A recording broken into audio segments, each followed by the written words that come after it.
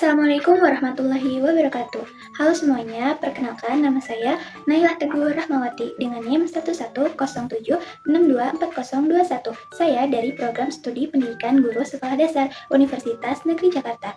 Pada video kali ini, saya akan mengajak teman-teman untuk mengulas kembali, merangkum, dan memperdalam pemahaman kita mengenai berbagai materi yang telah dipelajari dalam mata kuliah Kapita Selekta Pendidikan Nilai dan Moral yang diampu oleh Prof. Dr. Otif Satibi Hidayat dan Ibu Vena Puspitasari SPD MA. Melalui video ini saya akan membahas kembali pokok-pokok materi penting, refleksi pembelajaran yang diperoleh, serta pemahaman yang dapat diterapkan dalam kehidupan sehari-hari maupun dalam praktik sebagai calon pendidik. Selama perkuliahan ini, saya mempelajari 3 konsep penting yang menjadi dasar dalam pendidikan nilai dan moral, yaitu nilai, moral, dan juga norma. Nilai adalah segala sesuatu yang dianggap baik, penting, dan bermanfaat dalam kehidupan. Moral berkaitan dengan bagaimana kita menerapkan nilai tersebut dalam perilaku sehari-hari, sehingga kita dapat membedakan mana yang benar dan mana yang salah. Sementara norma merupakan aturan atau pedoman yang berlaku di masyarakat untuk mengarahkan perilaku kita seperti norma agama, kesopanan, kesusilaan, dan juga hukum. Kita juga mempelajari bagaimana kemampuan berpikir dan moral anak berkembang melalui teori Jean-Piaget dan Lawrence Kohlberg. Melalui teori ini, kita memahami bahwa anak itu tidak langsung memiliki pemahaman moral yang matang, melainkan berkembang secara bertahap sesuai usia dan pengalamannya. Pada jenjang sekolah dasar, anak mulai belajar mematuhi aturan, memahami tanggung jawab, dan mempertimbangkan akibat dari tindakannya. Karena itu, pendidikan karakter perlu diberikan secara terus-menerus melalui pembiasaan, keteladanan, dan pendampingan yang konsisten. Dalam kaitannya dengan pendidikan karakter, kita juga belajar bahwa karakter yang baik itu tidak cukup hanya dengan mengetahui mana yang benar dan juga salah. Menurut Thomas Likona, ada 3 hal yang harus dimiliki seseorang, yaitu moral knowing, mengetahui kebaikan, moral feeling, memiliki kepedulian dan cinta terhadap kebaikan, serta moral action, mewujudkan kebaikan dalam tindakan nyata. Selain itu, kita juga mempelajari beberapa cara pandang dalam mengambil keputusan moral.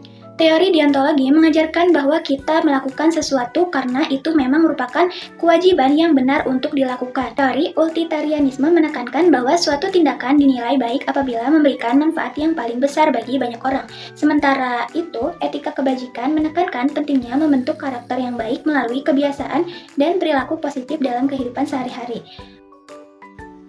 Kasus Della mencerminkan krisis era digital yang menunjukkan bahwa teknologi memiliki 2 sisi. Teknologi dapat membantu proses belajar, tetapi juga berpotensi menimbulkan kecanduan yang berdampak pada perkembangan akademik, sosial, dan emosional anak. Jika dianalisis, pada kasus Della terlihat adanya pelanggaran terhadap beberapa nilai moral penting, yaitu nilai tanggung jawab. Della mengabaikan kewajibannya sebagai siswa dengan tidak masuk sekolah selama 2 minggu.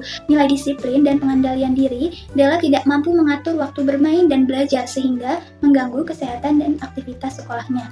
Nilai sosial dan interaksi, Della lebih memilih mengurung diri dan mengurangi interaksi dengan orang lain. Jika ditinjau dari teori belajar sosial Bandura, perilaku tersebut diperkuat oleh faktor lingkungannya, kemudian akses terhadap beberapa handphone, serta kurangnya pengawasan langsung karena orang tuanya bekerja di Malaysia. Lalu, jika ditinjau dari teori Thomas Likona, masalah yang dialami Della tidak hanya berkaitan dengan pengetahuan tentang benar dan salah, tetapi juga pada pembentukan karakter secara menyeluruh.